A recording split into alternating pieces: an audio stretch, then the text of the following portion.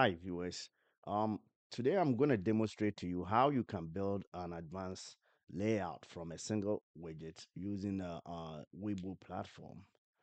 Um, this is the downloaded version of the platform. So this is the widget box. This is where you go to pick any tools that you want. So, or you can also get it from this plus here. So let's get it here. All right. I'm just going to use a single chart in to build that widget, the platform. Um, if you want to expand or limit it, all you do is to just hold and drag. Let's keep it clean. All right. Let's say you are an active trader. Excuse me. You are an active trader. This is your first time you trying to build yourself a layout for your trading. Um, Once you get a chart, you may need a source to get stocks from. So we need to add our top gainers. This is where you get all the stocks that are moving within the market. And right here, it says pre-market. So if it is morning, the market has not opened and you want to trade before you go to work, this is where you come. And if you want to change it when the market opens, because if you don't, you're not going to be able to trade. You have to go here and pick a day. And when the market closes, you can still trade. If that is what you want, you go here and then also get after hours so you can trade. Once we get that, I will want us to add news to it so that we will see.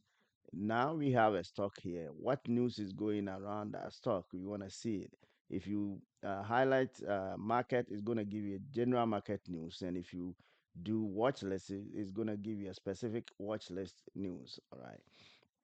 Now that we have a top gainers and we have news, why don't we add watch list so that if we find any stock that we want, we can add it to our watch list. So let's add watch list. And then with watch list, I have a couple of them here. But if it's new and you want to build it, um, just go to the plus sign here, add it, and then put the name on there. And uh,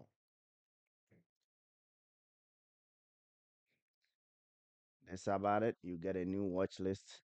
All you have to do is to start to add symbols to it, and then that's about it.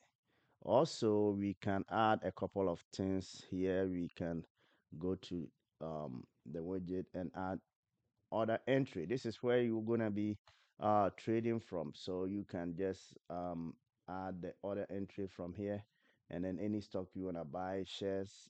If you wanna sell, also you can do it from here. All you have to do is to hit this button and it change to red. Quantity you can leave it at figures, but if you don't and you wanna do it in percentage, if you have $100, you can say I wanna buy 10% of my $100. If not, you can still go ahead and change it. If you have $100, you can say I want to buy $10 of out of that $100. Over here, you have to change this only regular hours, because if you don't, you won't be able to trade after the market has closed or before the market open. And sometimes you may be up in profit before the market opens and you want to sell it. Or so always it's advisable if you want to include after hours so that you can close it, close your shares and also buy shares before or after the market has closed.